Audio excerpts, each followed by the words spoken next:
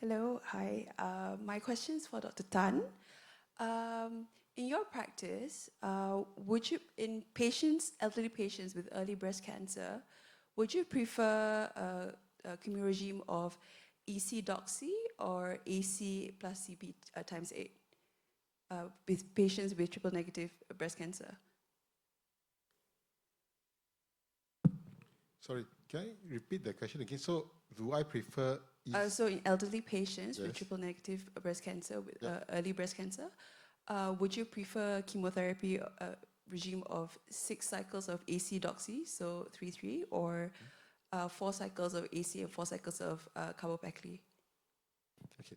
In patients with triple negative breast cancer, if I were to combine with an immunotherapy like the Keynote 522, yes, I would generally follow the protocol as per in the study itself. So in the study itself, they actually recommended carbopacly for 4 cycles plus pembrolizumab, and then together with the anthracycline base. So you can choose either an EC or EC for 4 more cycles.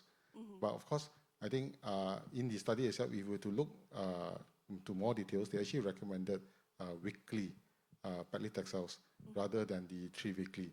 So from our understanding is that I think weekly are generally something more tolerable for patients compared to the 3-weekly, mainly because of the dosage that you would deliver to the patients.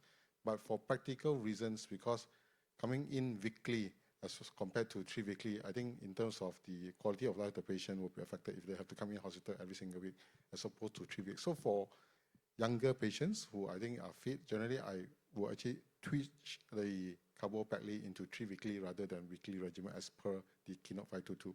But to answer back your questions, normally I will still try to follow the protocol as much as possible. If I think that the patients are not too fit, then I'll probably go for the weekly as well as then reduce the dose further to achieve the patient's condition.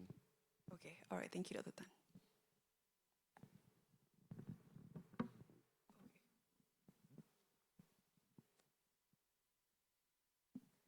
Hi, to Prof. Ho and Dr. Tan, regarding the immunotherapy, immune checkpoint inhibitor therapy, I wanted to know what kind of side effects or toxicity patients can get from getting the ICI, basically. And another question, sorry, Dr.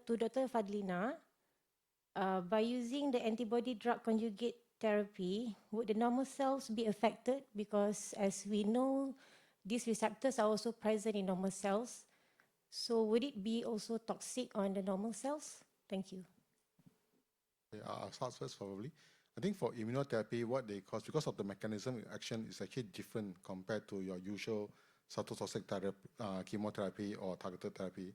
So what they does is that, I think to put it in simple terms, they actually enhance your immune system, right? So that your immune system can go and recognize the cancer cells and then kill it off. So what happened is that they do not have your typical side effect like your chemotherapy, hair loss, nausea, vomiting. They do not have those things because of the mechanism of action.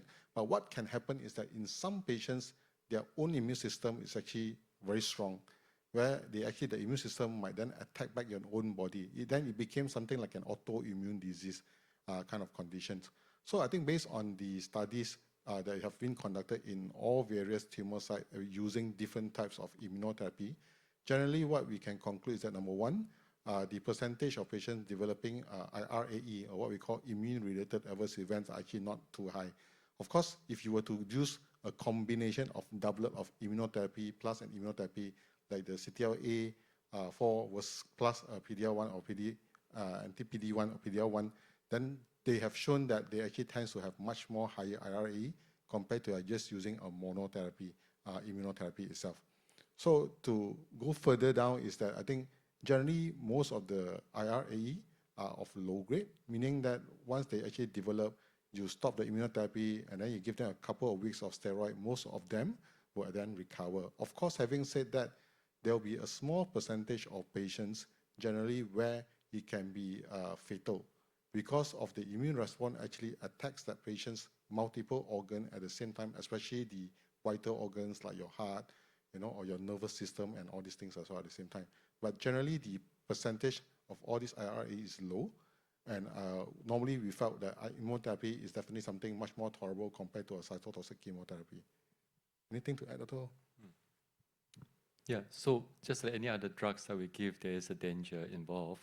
So patients usually don't feel anything if the antibody is an antibody, but for those who have autoimmune cells, they may get activated because you release the brake already. It's a checkpoint inhibitor. So the autoimmune cells come out and do other damage. Usually it's quite mild, like skin rash or joint ache, but sometimes you get the cells attack like liver or lungs or heart. If it attacks the heart, it's very dangerous. There were 2 fatal cases that we know about in Malaysia with our colleagues. So the thing is, when we give immunotherapy, we usually warn them about the risk of autoimmune condition. If they have any strange complaint, they have to come back straight away. We may need to give them steroid ASAP. Steroid can abort the attack if given early and for long enough. Thank you for asking on toxicity. I think as you know, oncologists, that's clearly one of the things that we monitor with. And even in ADC, as you rightly pointed out, for example, TROP2, they would still be exhibiting that on some other cells. So it's about knowing the drug, really. It does still cause low like hemoglobin, so anemia, neutropenia. It can still cause all that. But it has a sort of different toxicity profile. For example, it can cause mouth ulcers or diarrhea, but it's just a different kind of drug. So I don't think we go into it thinking this is the wonder drug, right? It's just a different drug with different toxicity profile. Thank you. Incidence less than the other regular chemotherapies, Dr. Fadhlina? Really, you have to look at it drug on drug. So it's not sort of a class-based approach. So perhaps there is a different incidence. Yeah. Okay. All right. Okay. Are there any other questions?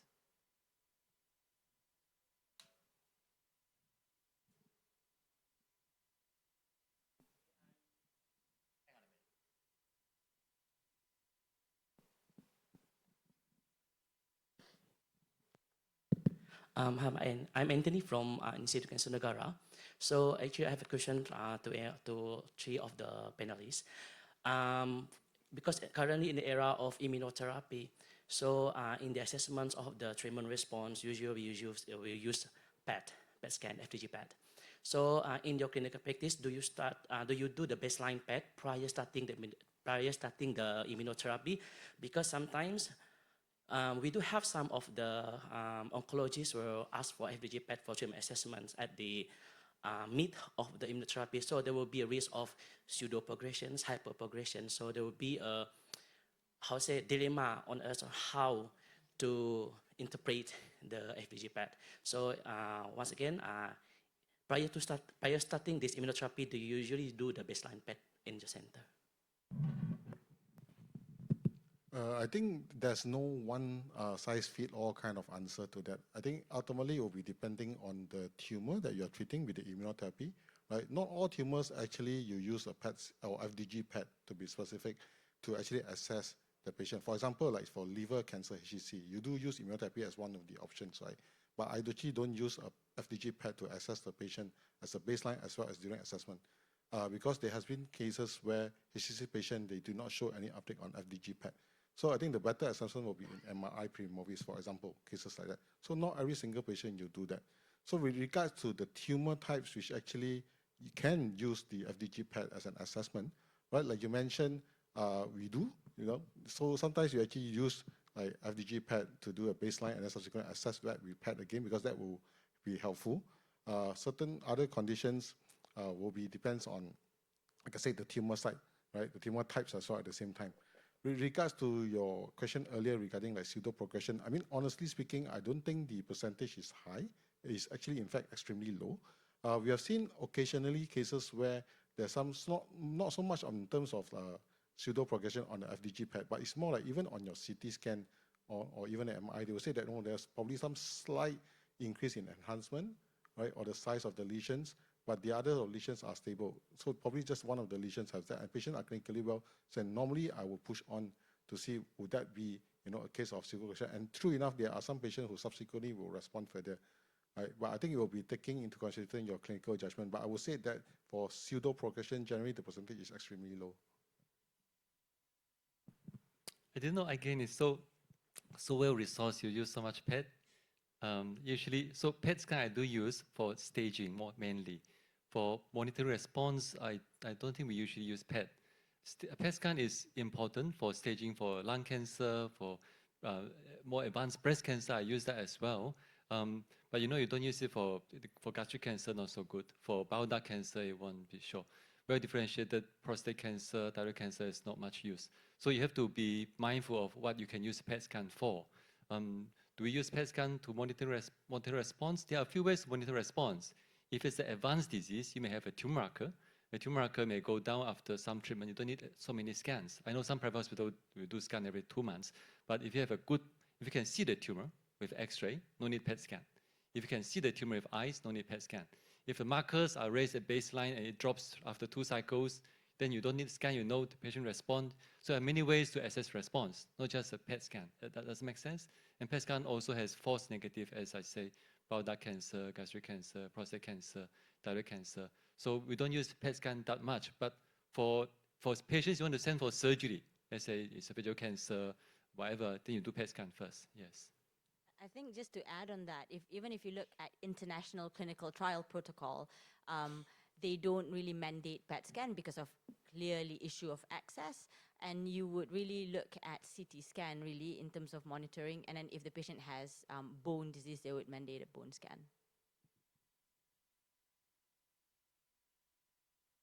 Are there any other questions?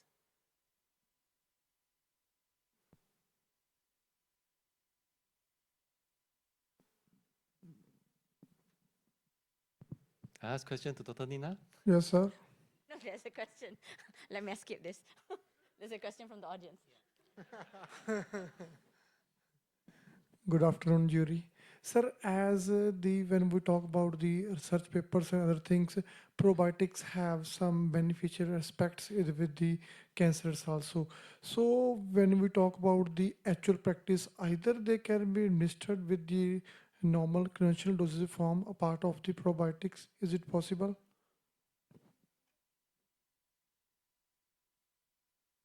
I talk about probiotic versus antibiotic. Yes, yes. What the disadvantage of antibiotic? So antibiotic use actually is related to decreased response to immunotherapy. So now we know that the gut microbiome has a huge impact on the immune response. So which is usually not much attention was paid to it. So I think we should emphasize on that. So the fecal microbiome study, although it's not a very big study, I think with a few case reports that we see that people get response after their fecal transplant or microbiome transplant, which if the company make it into capsule and it doesn't smell, I think I can consider taking it as medicine. Have you? No.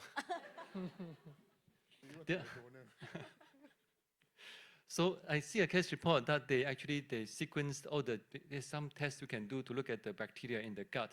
So they can see that the gut, the profile of the bacteria improve, but actually can still drop back. So that means you have to do it regularly because the bacteria have to fight for dominance inside the gut. So I think it is an unexplored space. I think we could research more on it. Yeah. Thank you.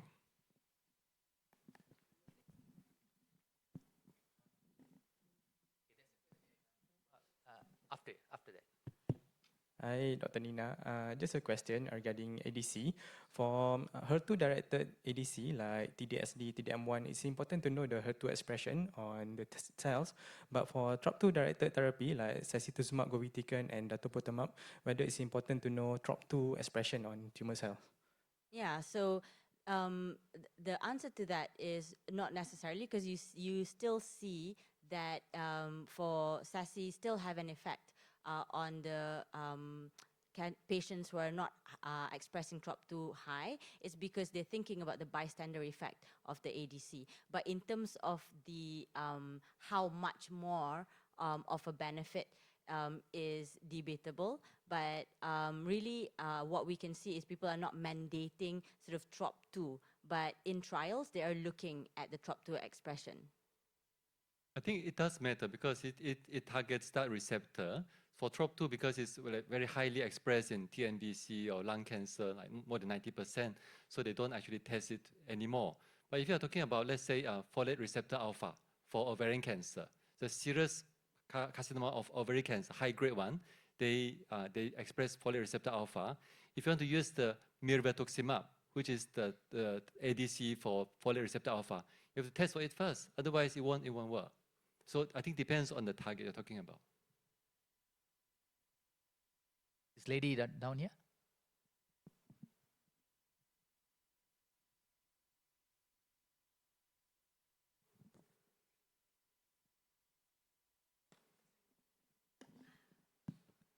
This question to Prof. Ho. One, regarding after the neoadjuvant immunotherapy, patient has a complete response for colorectal and the patient refused for surgery. Will we offer adjuvant chemotherapy? Number one. Number two, when I went for a talk, there's the international speaker said about we should reduce the prescription of proton pump inhibitor because by doing that, they say it does alter the pH and subsequently alter the gut microbes. Is that true? Okay. First question. So in the neoadjuvant studies, so this patient is likely to be a dMMR colorectal cancer, not a pMMR, because you don't get so much PCR with the pMMR colorectal cancer. For those who choose to watch it, they don't get adjuvant chemo. So really just watch it. So either they have the nobody has dostarlimab, but let's say if the ipi-nivo and respond really well, just sit on it. So, which I don't know whether I'm nervous or not. I'm nervous. So Prof. April is nervous, so she said just give radiotherapy and take it out. So we decide for that. Very conservative approach. So proton pump inhibitor, my feeling is it does affect the gut microbiome. I'm not expert in it, but I think so, yeah. So antibiotic, PPI, these are all kind of, I'm guilty because we give PPI all the time with DEXA as well. So yeah, so I think there's concern on that, yes.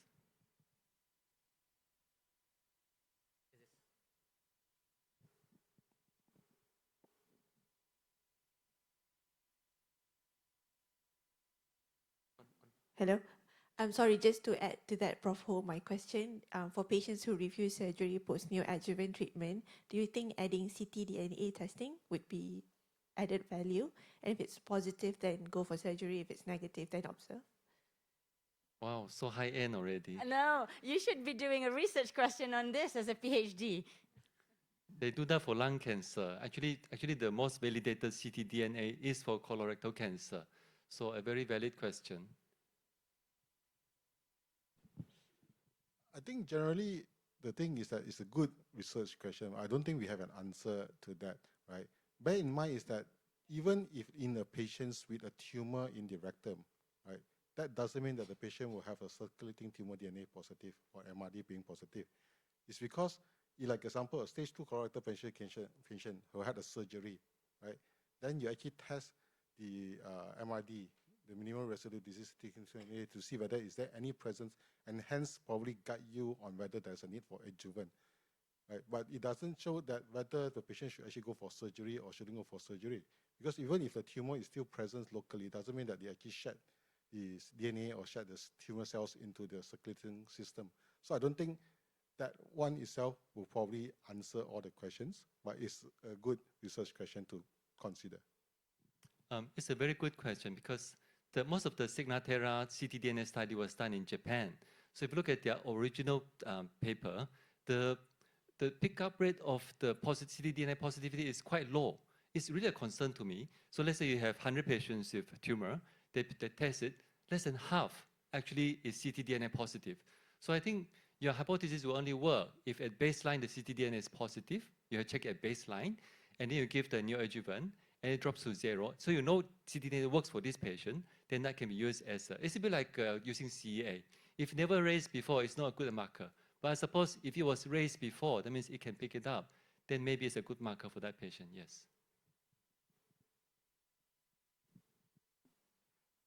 But for those with pathological complete response positive and those who went for surgery, how many percentage of them had those who had clinical response positive and subsequently went for surgery? How many of them would have, what percentage would have, following immunotherapy, So have pathological clinical response? from the few papers that we have, when they do have the surgery, about 2/3, we have pathological complete response. They truly do not, but some of them, they do not differentiate between CCR and PCR. So it's overall for those who do go for surgery. But if they are CCR, how many of them are PCR? I don't know that data. Actually. I'm not sure they publish it. Significant, in 2/3, that's quite significant. We have PCR overall, yes. Yeah. But we're talking that in the DMMR setting. Yes, the DMMR setting, Yeah. not the PMMR. Only for those with deficient in mismatch repair protein. Which really is a minority of the whole picture, right? And you know, when the data on the dostarlimab came out, everyone was like, wow, we don't need any more chemo, radio. Even the surgeons are sweating because they were going to be out of a job, right? But this is a minority. Majority of patients are still going for those who DMMR and microsatellite instability. Is that right? Yeah, so just to add, to follow up on that toxicity question. So after the 8HW study published, so I tried it, and the patient had colitis. After 4 doses, tumor disappeared. And then follow up 1 dose, so 4 doses of ipi-nivo, 1 dose of nivo, and then colitis. So stop, but nothing happened. The tumor did not come back, but colitis took 2 months to resolve with long-course steroid. Yeah. I think we have time for 2 or 3 more questions.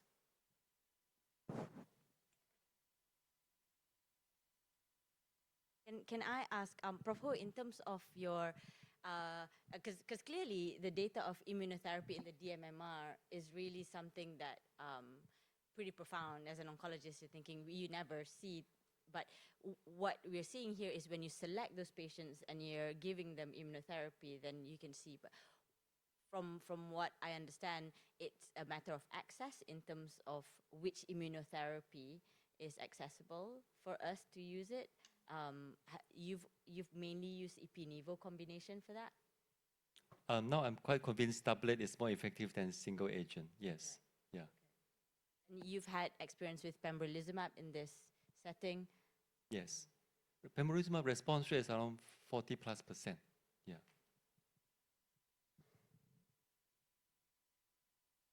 Okay, are there anybody else who would like to ask any more questions? I want to ask for Dr. Tan. So let's say patient had a stage 1 TNBC. Would you offer the Keynote 522 regime?